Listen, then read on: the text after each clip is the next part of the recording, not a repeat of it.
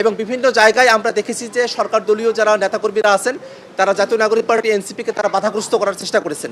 বিভিন্ন জায়গাতে এই ধরনের অবস্থাগুলো তৈরি হয়েছিল এবং আপনি যেটা বলেছেন যে আসলে কেন জাতীয় নাগরিক পার্টির উপরে এই ক্ষোভটা তারা বহিঃপ্রকাশ ঘটাচ্ছেন। আসলে বাংলাদেশে জাতীয় নাগরিক পার্টি এনসিপি তারা জনগণের পক্ষ হয়ে কথা বলছে।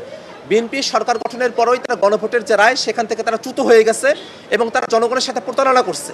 এই জনগণের সঙ্গে বিএনপি সরকার যে প্রতারণাগুলো করেছে সেগুলো স্বরূপ যখন জাতীয় নাগরিক পার্টি উন্মোচন করছে ঠিক সেই সময়টাতেই বিএনপি তাদের দলীয় নেতাকর্মীদেরকে দিয়ে বিএনপি তাদের গুন্ডা ছাত্রদল যুবদলের গুন্ডাদেরকে দিয়ে আমাদের উপরে এখানে হামলা করছে। এখানে লক্ষণীয় একটা বিষয় হলো আমরা কিন্তু গতকাল যখন হবিগঞ্জের এই হামলার প্রেক্ষাপটটা যদি আপনারা খেয়াল করে দেখেন সেখানে হামলা হয়েছে, যারা হামলা করছে তারা কিন্তু চিহ্নিত, তাদেরকে গ্রেফতার করা দরকার ছিল পুলিশের, কিন্তু তাদেরকে গ্রেফতার না করে জাতীয় নাগরিক পার্টি সেখানে মামলা করার জন্য যাবে, সেখানে যারা সহযোগিতা আহত হয়েছে তাদেরকে দেখার জন্য যাবে। জাতীয় নাগরিক পার্টি এনসিপির বিভিন্ন কর্মসূচি এবং বিভিন্ন প্রোগ্রামের উপরে হামলা এটা নতুন ঘটনা নয়। আমরা জাতীয় নাগরিক পার্টি যখন জুলাই পদযাত্রার ঘোষণা দিলাম একেবারে তাদেরকেই বরং রাস্তা আটকে দেওয়া হচ্ছে। এটা তো পুলিশের কর্ম হতে পারে না।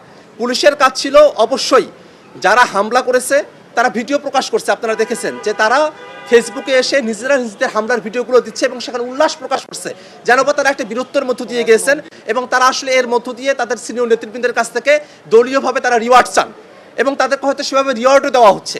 এবং এই ধরনের একটা সন্ত্রাসী কর্মকাণ্ড চলার পরে পুলিশ সেখানে সন্ত্রাসীদের বিরুদ্ধে কোনো ব্যবস্থা না নিয়ে বরং জাতীয় নাগরিক পার্টির নেতৃবৃন্দ যে পথ দিয়ে যাবেন সেই পথটাতে ত্রাগ তারা দিয়েছেন।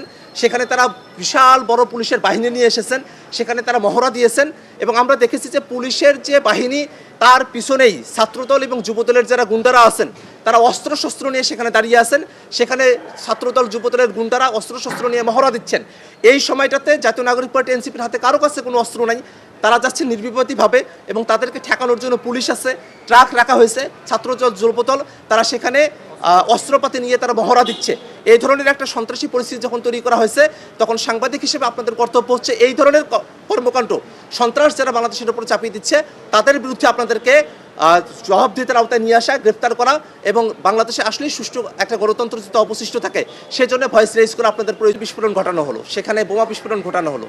এবং তারপরে আমরা দেখলাম যে 2-1 দিন আগে আমরা যখন মেহেরপুরের গাংনীতে গেলাম, মেহেরপুরের গাংনীতে জাতীয় নাগরিক পার্টি এনসিপির শীর্ষ নেতৃবৃন্দ যারা আছেন